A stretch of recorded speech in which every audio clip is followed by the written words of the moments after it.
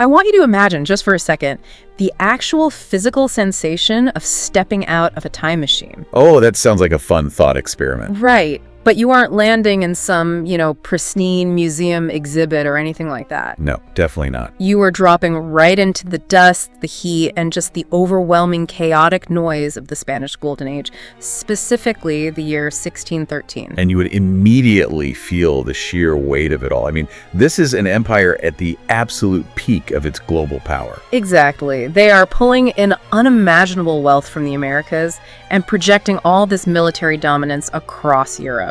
But, if you look closer, past all the gold and the galleons, you would feel this intense, almost suffocating internal pressure. Suffocating is the perfect word for it, because this is a society wound so tightly by rigid social codes. Oh, absolutely. The religious anxieties, the obsessive concepts of personal reputation. It is basically a society where people are walking on a razor's edge every single day. And the rules, especially the rules governing how women behave, were just incredibly strict. Unforgiving, really. I mean, a single misstep or even just a rumor could literally mean total social annihilation for a woman and her family. Right, and that environment, that crucible of imperial confidence masking this deep societal paranoia, that is the staging ground for what we are exploring today. I am so glad we're getting into this. I am thrilled you're joining us for this deep dive, because we are unpacking a narrative that takes all those strict social rules we just mentioned, sets them on fire, and watches the characters scramble through the smoke. It really is the perfect era for exploring the absolute extremes of human psychology.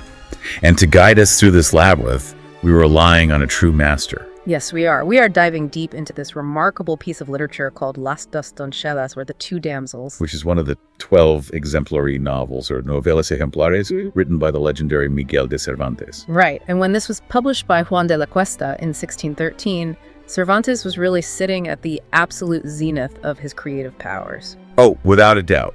He is right in the middle of that fascinating decade, between the publication of the first part of Don Quixote in 1605 and the second part in 1615. He essentially has nothing left to prove to the literary establishment at this point. Exactly. So he is confident, he is relentlessly experimental, and he's just deeply invested in pushing the boundaries of what narrative fiction can actually do. He isn't just writing, entertaining romances for the nobility to read on lazy afternoons. No, not at all.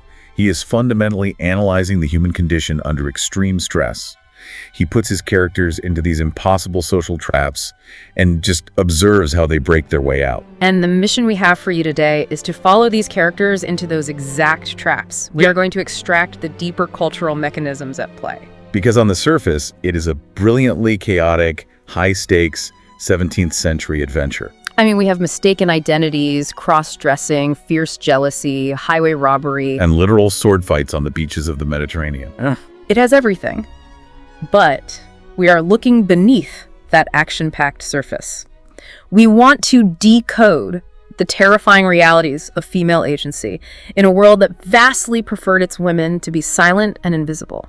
It is a profound look at the psychological weight these characters carry, especially when navigating a world where a broken promise can literally require a blood sacrifice. Okay, let's unpack this premise, because what Cervantes has built here is essentially a closed thermodynamic system where the pressure is just constantly increasing. The setup alone is a masterclass in narrative tension. We are following two young noblewomen. Right.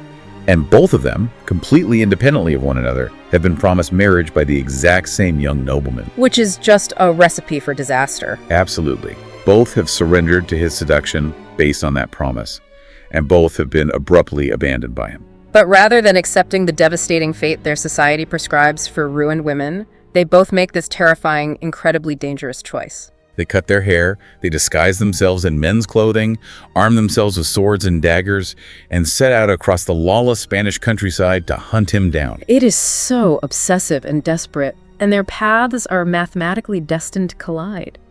And that collision begins in a very specific, very claustrophobic setting. Yeah, let's paint the picture of this opening scene. It is done with this incredible cinematic precision.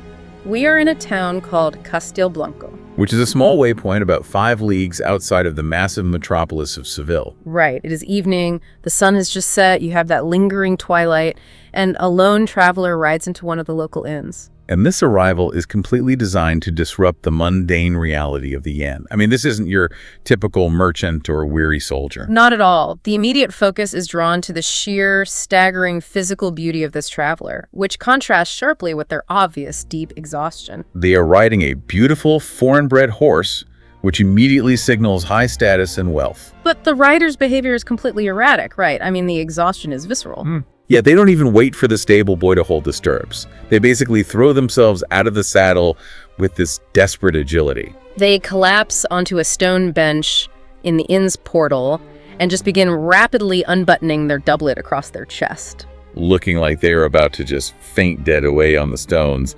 It is a profound display of a nervous system that has completely crashed. So the innkeeper's wife, who is this notably charitable woman, she rushes over with water, throws it on the traveler's face, and revives them. But the moment consciousness returns, that vulnerability is instantly replaced by an intense, almost paranoid modesty. Right. The traveler realizes their chest is exposed, quickly buttons the heavy doublet back up, clearly horrified that anyone might have seen beneath the fabric. And then they immediately issue a demand that would have been highly irregular for the time.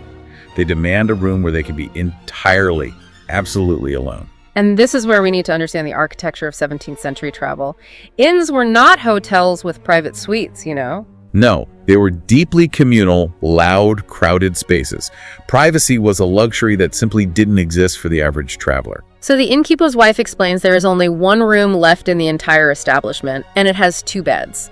And she is very clear about the rules. Right. She is legally and financially obligated to rent out that second bed if another guest arrives. But this traveler is operating on a level of terror that just overrides custom. They pull out a gold escudo, which is a very serious piece of currency. It's a heavy gold coin that signifies immense wealth and very desperate intent. They hand it over with a strict, unbending condition.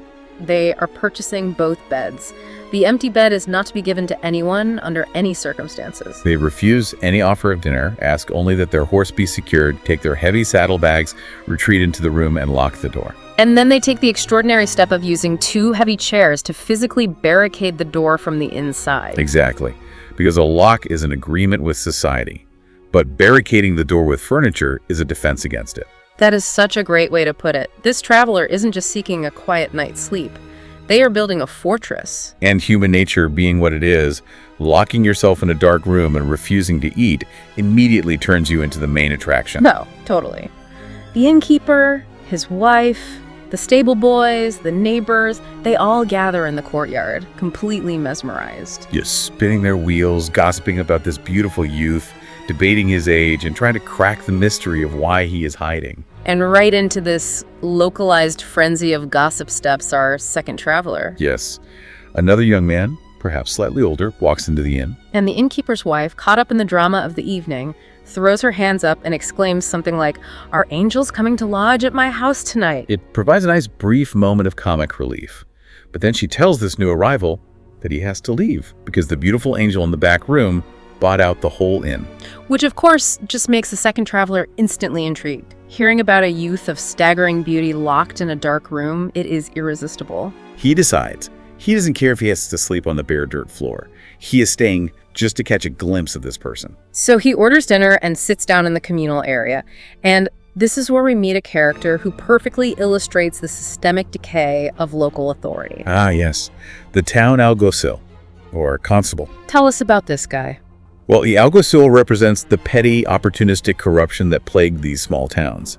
These officials wielded a tiny sliver of state authority. And they routinely used it to extort free meals, exact minor tyrannies, and just insert themselves into everyone's business. Exactly. So this particular constable sits down uninvited next to our second traveler, who's trying to eat a nice dinner of partridge, and just proceeds to drink the traveler's wine and eat his food.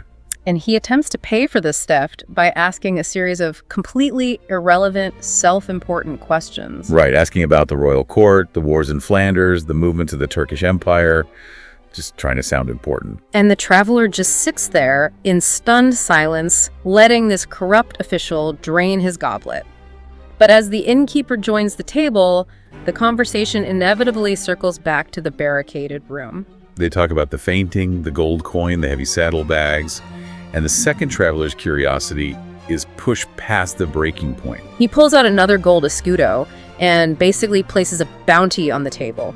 Whoever can figure out a way to get him into that locked room gets the gold. And the innkeeper is tempted, but pragmatic. The door is barricaded, the contract is made, but the constable sees an opportunity to monetize his corrupted authority. He concocts this highly cynical scheme. He tells the innkeeper that he will go to the door and violently pound on it, announcing himself as the justice of the town acting on the direct orders of the mayor. He will command that the room be opened for the new traveler. And the innkeeper's role is to loudly protest, feigning compliance with his original contract, but ultimately yielding to the law. It is a brilliant, entirely unethical manipulation of state terror, simply to satisfy a traveler's curiosity. He gets paid 4 reales for his performance, and they execute the plan. The pounding on the door, the shouted threats of the law, and it actually works. The first traveler, terrified of drawing official scrutiny that might lead to a physical examination or arrest, reluctantly dismantles the barricade and opens the door. But the second traveler's plan to see this beautiful face is thwarted, because the moment the door is unlatched, the first traveler dives into bed. Turns their face entirely to the plaster wall, pulls the blankets up, and feigns a deep, motionless sleep. So the second traveler takes the other bed, deciding the mystery will have to wait for the morning light. The environment here is crucial. It is a long, lazy, freezing night in late December. The bitter cold and the exhaustion of the road really should have pulled them both into unconsciousness. But the first traveler is awake. Shortly after midnight, the oppressive silence of the room is shattered by the sound of weeping. The text describes the sighs as so bitter, so physically agonizing, that it sounded as if the traveler's soul was being violently torn from their body. And the sheer volume of this grief wakes the second traveler. He lies there in the pitch black, listening as the figure in the next bed begins to murmur a tortured monologue. Believing they are entirely alone, or that the stranger is asleep, the traveler cries out to the darkness, questioning the irresistible force of destiny. Mourning their despised honor, their ill-rewarded love, and the trampled respect of their honorable parents. And then comes the linguistic slip. The traveler says, "I am not the one who sought to deceive myself. I am not the one who took the knife with her own hands to cut down her credit." What's fascinating here is the grammar of the original Spanish. The speaker betrays their own disguise through the gendered endings of their adjectives and pronouns. Right. They use cuitada instead of cuitado, la que instead of el que. And the second traveler, listening intently, realizes with a sudden clarity that the beautiful youth weeping in the adjacent bed is, in fact, a woman. It's a realization that completely shifts the gravity of the room. We often see this trope in modern storytelling, the disguise, the accidental overhearing of a secret. And it usually plays out as a romantic comedy misunderstanding. Exactly, like a classic sitcom setup. But we have to actively resist viewing this through a modern lens, right?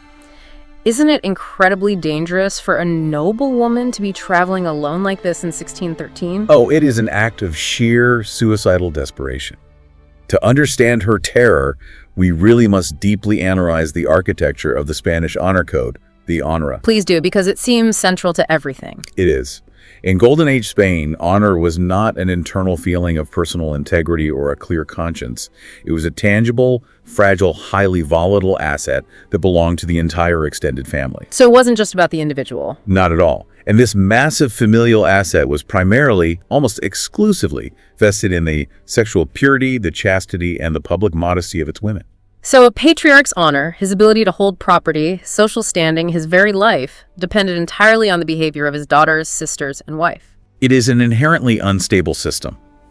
The men hold all the structural power, but the women hold the ultimate vulnerability that can bring the entire structure crashing down. If a woman loses her virtue outside the sanctioned bounds of marriage, or even if a credible rumor circulates suggesting she might have, the family is instantly ruined. The stain is indelible. They become social pariahs. And the terrifying reality of this system is that the stain of dishonor could only be cleansed in one of 2 ways. Okay, what were they? The first was restorative, marriage to the seducer, which legally and spiritually retroactively erased the transgression. And the second? Destructive, blood. The execution of the woman, and often the man who seduced her, was socially sanctioned. It was considered a necessary surgical removal of the infected limb to save the body of the family. Wow. So when this woman is weeping about her despised honor, she is mourning the literal death of her social existence. The stakes are absolute. The second traveler, moved by the profound depth of her despair, finally speaks into the darkness. He assures her that his soul is not made of stone or hard bronze. He swears 1,000 oaths that he won't move from his bed, but he begs her to tell him her story.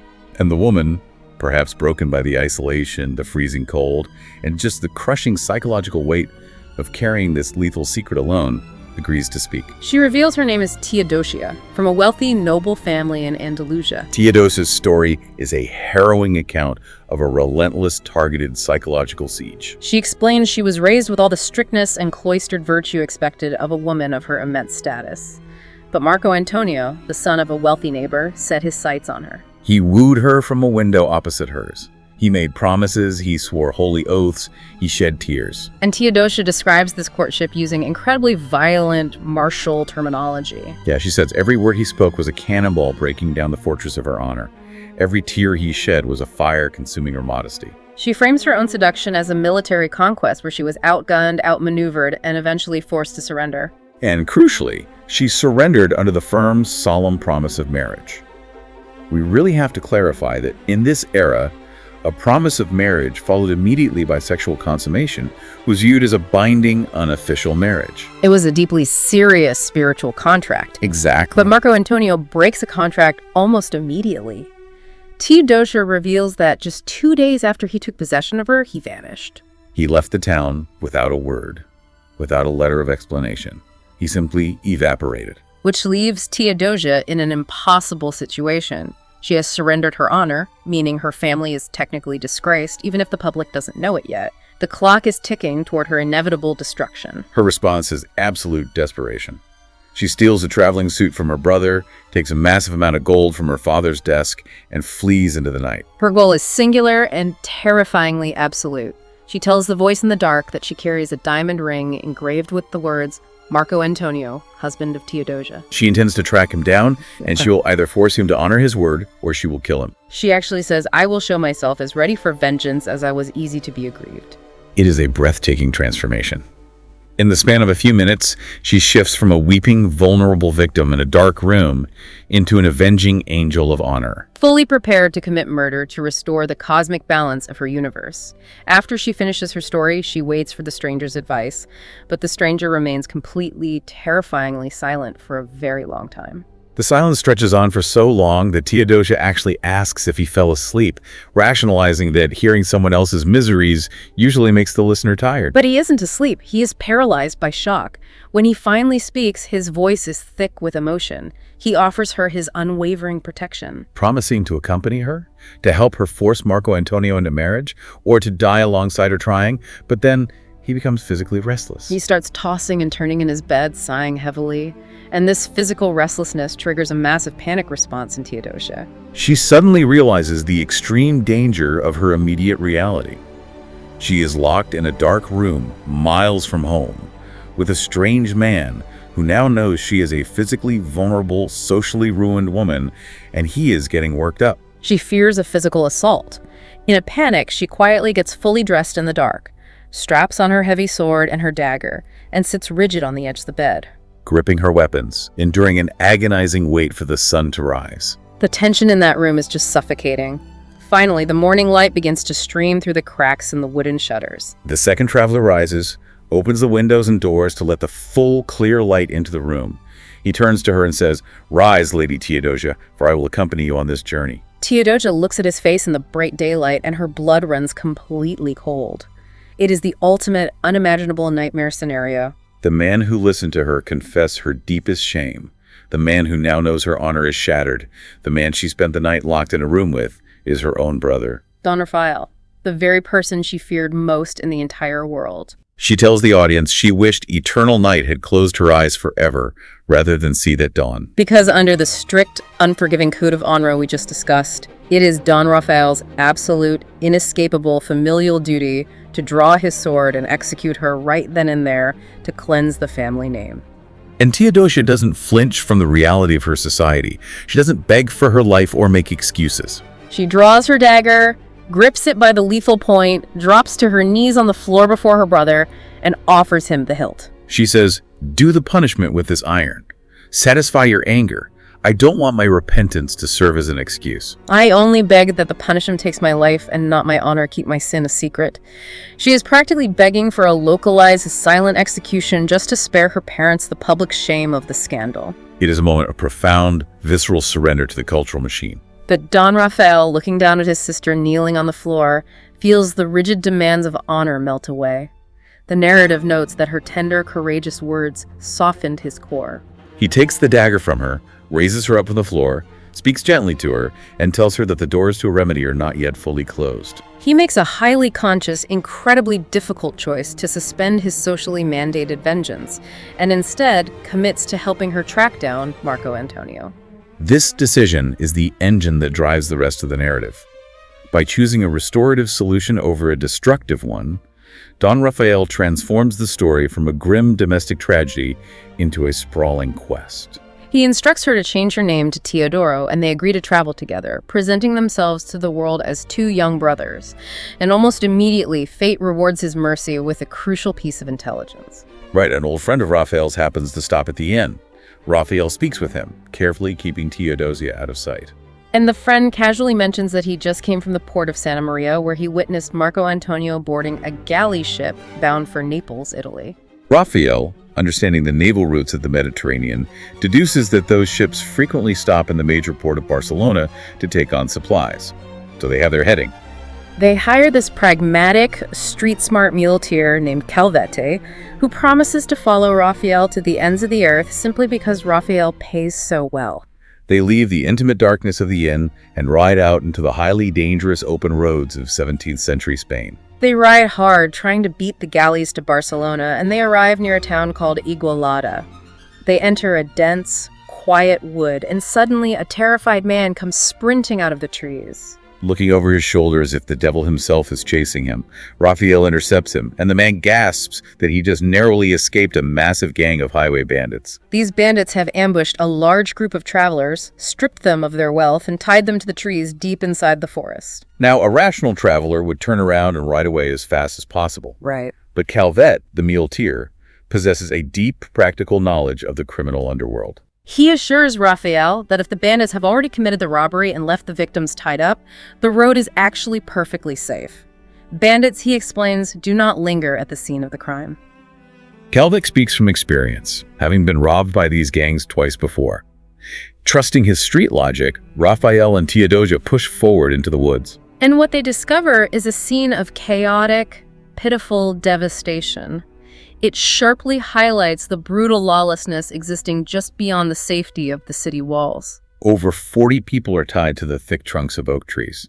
Some have been stripped completely naked. Others have been forced to wear the filthy, rotting old rags discarded by the bandits. People are weeping over lost gold, stolen clothing, and missing religious relics. Rafael and Teodosia immediately dismount and begin untying the victims, Even distributing their own money to the monks and clerics who have been left entirely destitute. But amidst this sprawling chaos, their attention is drawn to one specific victim.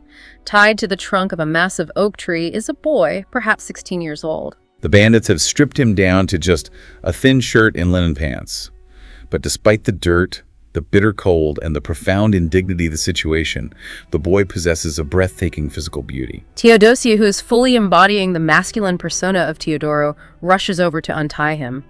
The boy thanks them using incredibly polite, refined, aristocratic language. Teodosia asks Calvet to lend the boy his heavy cape to cover himself until they can reach a town. The boy introduces himself as Francisco. And he claims to be the son of a wealthy Andalusian gentleman heading to Italy to seek his fortune in the war. Rafael and Teodosia are so taken by his polite demeanor and his sheer physical presence that they invite him to join their travel party to Barcelona. And that evening, the newly formed group reaches an inn in Igualada and sits down to a communal dinner. And this is where the tension begins to rapidly escalate. Teodosia cannot take her eyes off Francisco. She stares at him with deep, piercing, analytical curiosity. She notices two crucial details: his incredibly shy, almost embarrassed habit of looking down and avoiding direct eye contact, and most importantly, his ears. This raises an important question, right? Because his ears are pierced. Why are pierced ears the ultimate giveaway here? Well, what's fascinating here is how the physical reality of the body fundamentally rebels against the constructed costume. In a society that strictly and irrevocably coded pierced ears as exclusively female, those tiny holes in the earlobes are louder than the entire male outfit. The societal disguise, the clothes, the sword, the posturing, all of it fails against the permanent bodily marker. Teodosia sees those holes, perhaps lacking the flesh-colored wax sometimes used to conceal them, and instantly knows the truth. It is a fatal flaw in the disguise. So after dinner, Don Rafael retires to his bedroom to prepare for sleep, leaving Teodosia and Francisco alone on a wide balcony. Overlooking the dark, quiet street, Teodosia decides to confront the illusion directly.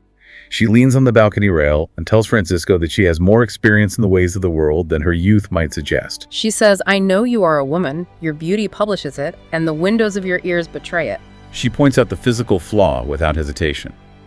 But she promises, swearing on her honor as a knight, to keep the secret safe, and asks for the truth. And what follows is a scene of profound, suffocating, dramatic irony that really showcases Cervantes' absolute mastery of psychological tension. Francisco completely breaks down. He grabs Teodosia's hands, believing, of course, that Teodosia is a sympathetic, honorable young man named Teodoro. And kisses them, weeping profusely, hot tears falling onto Teodosia's skin. Francisca confesses that her real name is Leocadia. And the story Leocadia tells is an absolute bombshell that threatens to annihilate everything Teodosia is working toward. Leocadia reveals that she lived in a town just 2 leagues away from Marco Antonio's home. She saw him, fell deeply in love, and he aggressively pursued her. He seduced her, offering a sworn solemn promise of marriage.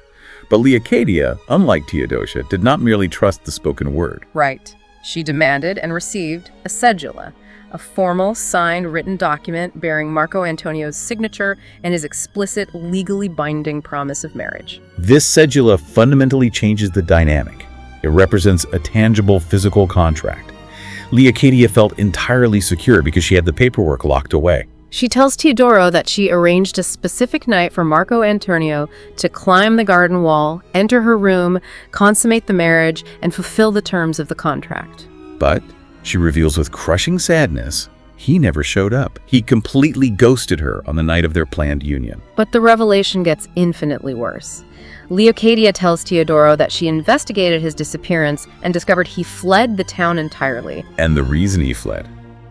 Because he ran off with another beautiful noblewoman from his own town, a woman named Teodosia. We have to spend a minute analyzing Teodosia's internal state here. The psychological torture of this moment is incredible. She is forced to stand there, maintaining her rigid masculine posture, while listening to her direct rival describe the intimate, agonizing details of her courtship with the exact man Teodosia loves. And Leocadia twists the knife without even knowing it.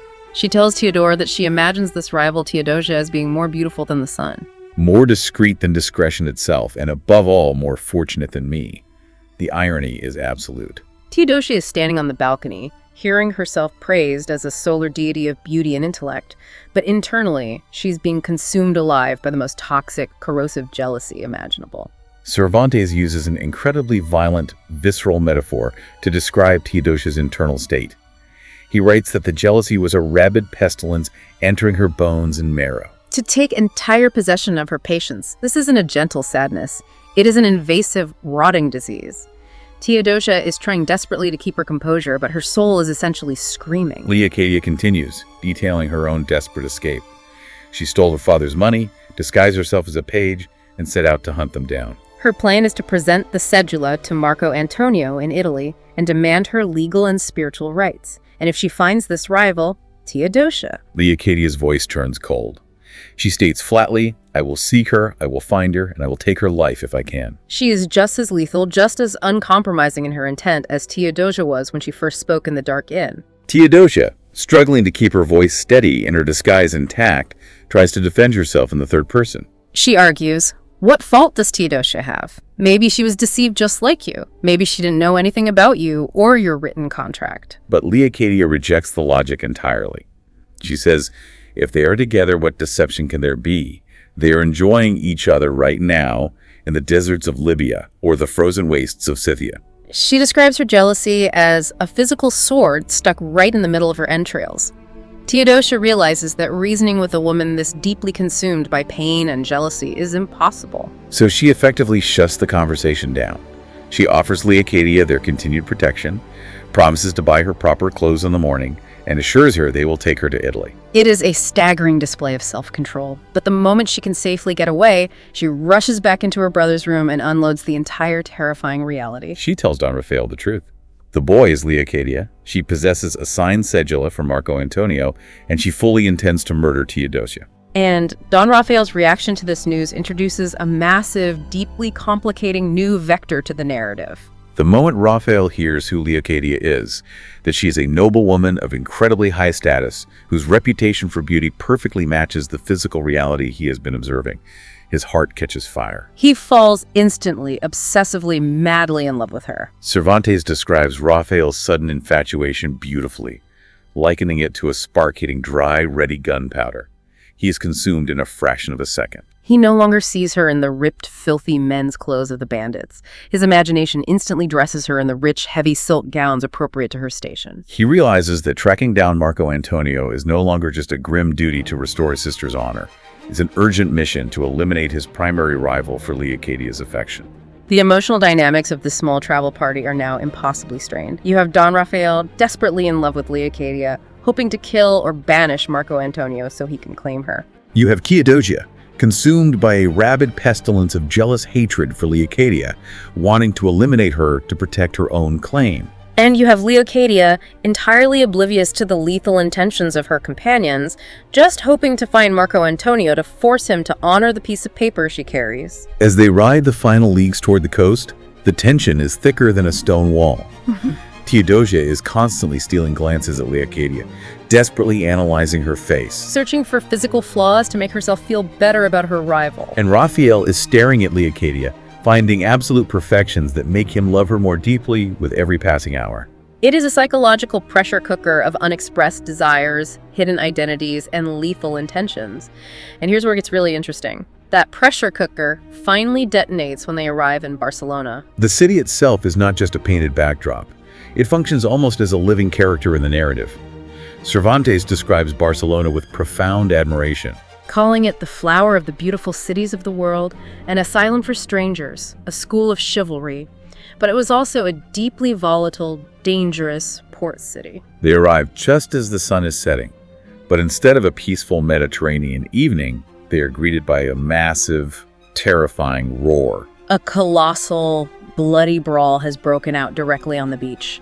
It is a pitched battle between the local city residents and the crews of the galley ships anchored in the harbor. This kind of urban warfare was actually quite common historically.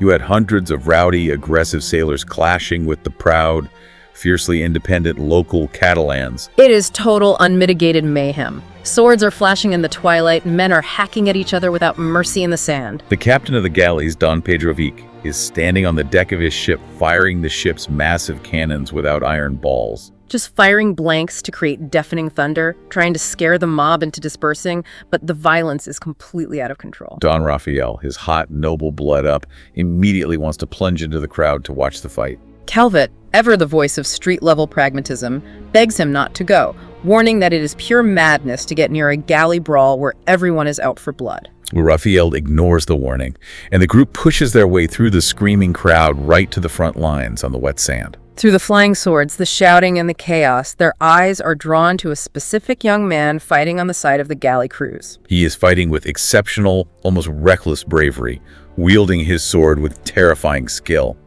But what makes him impossible to ignore is his clothing.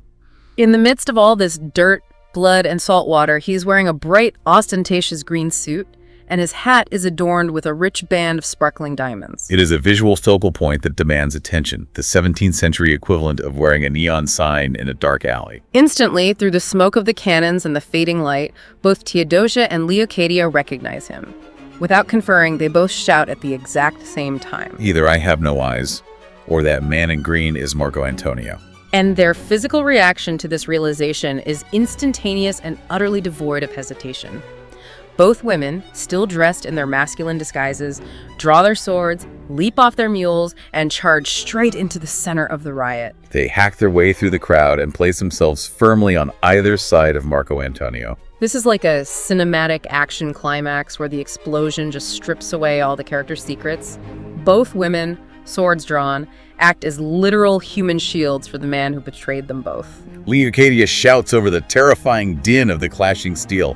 Fear not, Marco Antonio. You have someone at your side who will be a shield with their own life to defend yours. Teodosia, refusing to be outdone by her rival, yells back, "Who doubts it while I am here?" Marco Antonio is so entirely consumed by the bloodlust of the melee, swinging his sword wildly, that he doesn't even register what they are saying or recognize their faces. The crowd of angry locals is overwhelming the sailors, pushing the galley crews backward into the surf.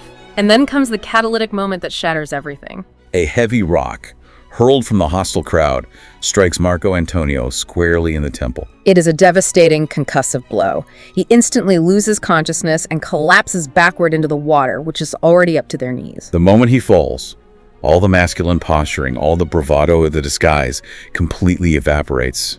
What we see here is how a life or death crisis destroys the societal masks the women were wearing. Leocadia throws herself into the water, heedless of the danger, and cradles his bleeding head in her arms. Teodosia does the exact same thing from the other side. They are no longer brave, posturing knights. They are just two terrified women holding a dying man in the bloody surf, weeping openly. The primal, desperate reality of life and death completely overrides their concern for their disguises, their social honor, or their physical safety. They are only saved from being stoned to death by the mob through the intervention of a powerful local figure. A famous Catalan knight, Don Sancho de Cardona, rides his massive horse right into the surf, parts the angry crowd with the sheer weight of his authority, and rescues them. Don Sancho gets the critically wounded Marco Antonio into a skiff to be taken to the galley surgeon. He then invites Don Rafael and his weeping brothers back to his magnificent city mansion. But realizing the severity of the wound, Don Sancho uses his immense influence to have Marco Antonio brought ashore to his own home. Where a famous, highly skilled city surgeon can properly examine him, the surgeon arrives, examines the crushing wound to the temple, and his prognosis is incredibly grim. Given the medical realities of the 17th century, a severe head trauma like this was almost universally fatal. He declares the wound highly dangerous and essentially pronounces a death sentence, implying that Marco Antonio will not survive the night. The news hits the mansion like an earthquake. Leocadia, hearing that the man she loves, the man who holds the absolute key to her honor, is about to die, realizes she has one last desperate card to play before the clock runs out entirely. She marches directly into Marco Antonio's room. She does not care who is watching. Don Rafael is there, Teodosia is there, the master of the house is there. She steps right up to the head of the bed, takes the dying man's hand, and demands his attention. She says, "This is not a time for many words, but you must listen to me for the sake of your soul." Her speech is an absolute masterpiece of legal, moral, and emotional rhetoric. She reminds him exactly who she is. She cites her noble parents, the absolute purity and modesty she maintained before he laid siege to her, and the profound, inescapable obligation he owes her for surrendering to his desires. And crucially, she invokes the cedula, that written, signed promise. She details her harrowing journey, the grueling hardships she faced, the degrading disguise she wore just to find him. And then she drops the ultimate ultimatum. She says, "If God is taking you from this life, do your duty. I am asking you, by God, by your own nobility, and by what you owe me. Receive me as your legitimate wife right here, right now. Do not let justice force what reason persuades." She is demanding to be recognized, legally and spiritually, as his widow. This recognition would retroactively restore her honor and save her family from ruin. The entire room falls into a heavy, unbearable silence. Everyone is waiting for the dying man's response. Marco Antonio opens his eyes, recognizes her voice, and speaks with a weak, failing breath. He doesn't deny her nobility. He doesn't deny that he owes her a great deal. He even praises her for her incredible bravery in coming to sign him. But then he delivers the brutal, unvarnished truth. He admits that he gave her the cedula, but he reveals that he only wrote that document to satisfy her desires, not his own. Because he tells the entire room, many days before he ever signed that piece of paper for Leocadia, he had already given his will, his soul, and his physical vows to another woman, Teodosia. If we connect this to the bigger picture, this moment is absolutely critical for understanding the legal and moral hierarchy of promises in Cervantes' time. A piece of paper, a cedula, meant very little if it wasn't backed by pure intention and, most importantly, physical consummation. Marco Antonio states clearly, "The loves I had with you, Leocadia, were a pastime. What passed with Teodosia was reaching the fruit she could give me, with faith and assurance of being her husband." I really have to push back on this because is Marco Antonio just the ultimate 17th century bad boy? He is essentially telling Leocadia, the woman who just risked her life shielding his body in a riot, that their relationship was just a pastime. It meant nothing to him. And he says this on his deathbed. It is undeniably harsh, but we must view it through the theological framework of the era. He believes he is minutes away from facing the ultimate, terrifying judgment of God. So for him, this is his moment of ultimate moral clarity. Exactly.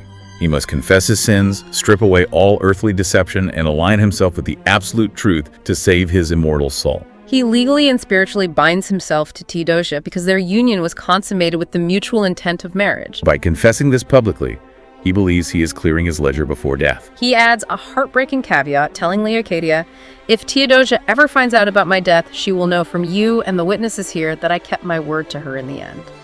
But Don Rafael, who has been watching this entire exchange, steps forward and says, she doesn't have to find out later. She's right here.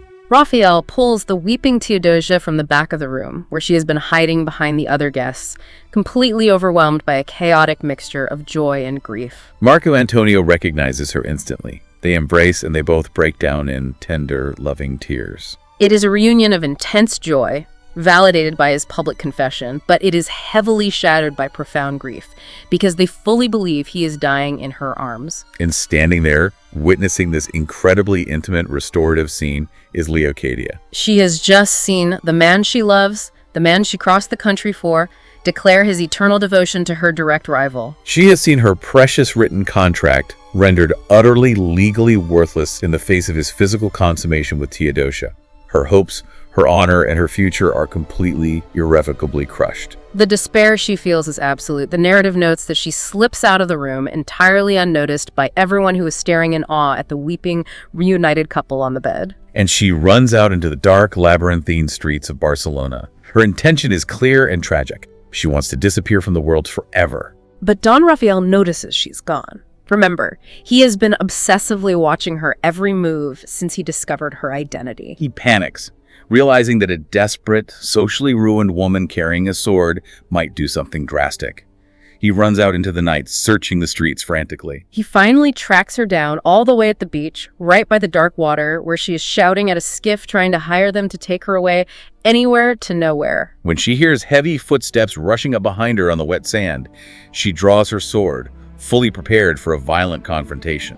But it is Rafael, and what follows is a proposal that is so entirely unique, so utterly devoid of traditional romantic cliches that it stands out as one of the most fascinating psychological dialogues in the entire novel. Rafael doesn't offer flowery poetry. He doesn't pretend they have a long, sweeping history of courtship.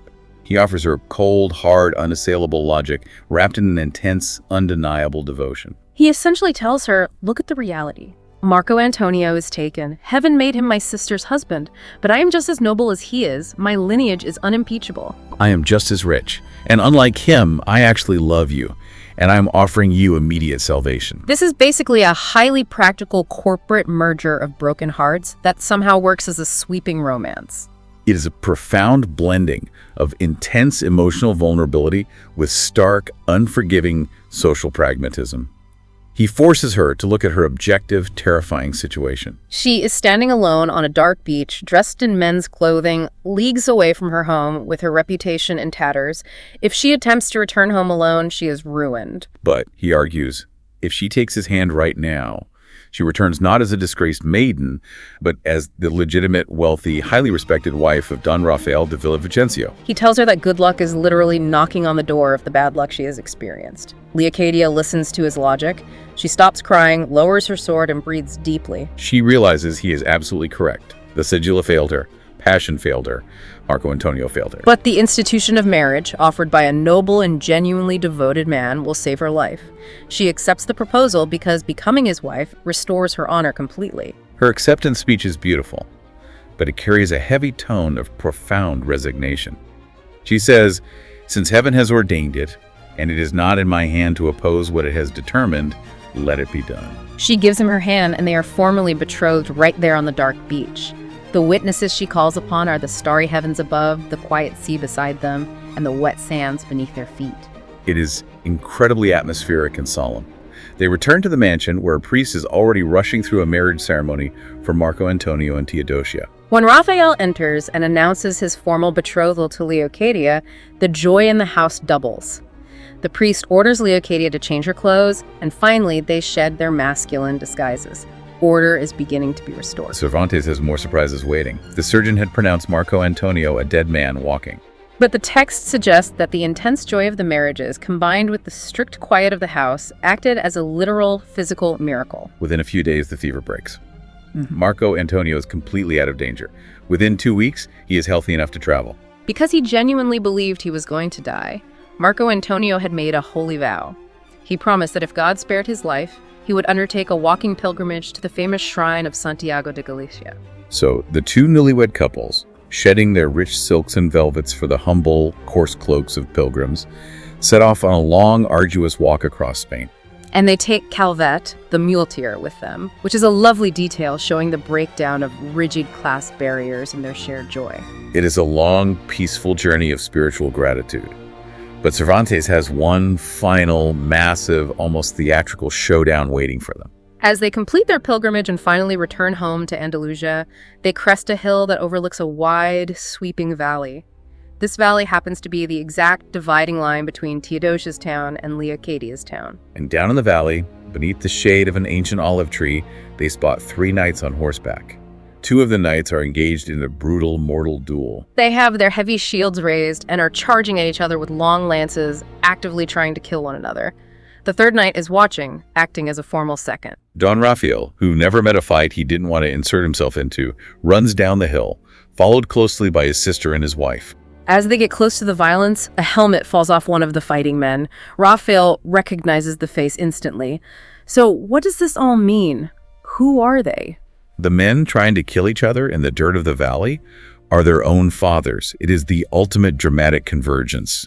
The fathers of Teodosia and Leocadia had discovered their daughters were missing, pieced together the rumors, and realized Marco Antonio was the catalyst for ruining both their houses. So they tracked down Marco Antonio's father and challenged him to a formal duel to the death over their daughter's ruined honor. This duel is the ultimate manifestation of the violent, destructive nature of the honor code we discussed earlier. The fathers are trapped in the old paradigm, trying to wash away the stain of shame with blood. The children immediately realize what is happening. They rush right into the middle of the charging horses, throwing themselves between the heavy lances, shouting, "No more knights!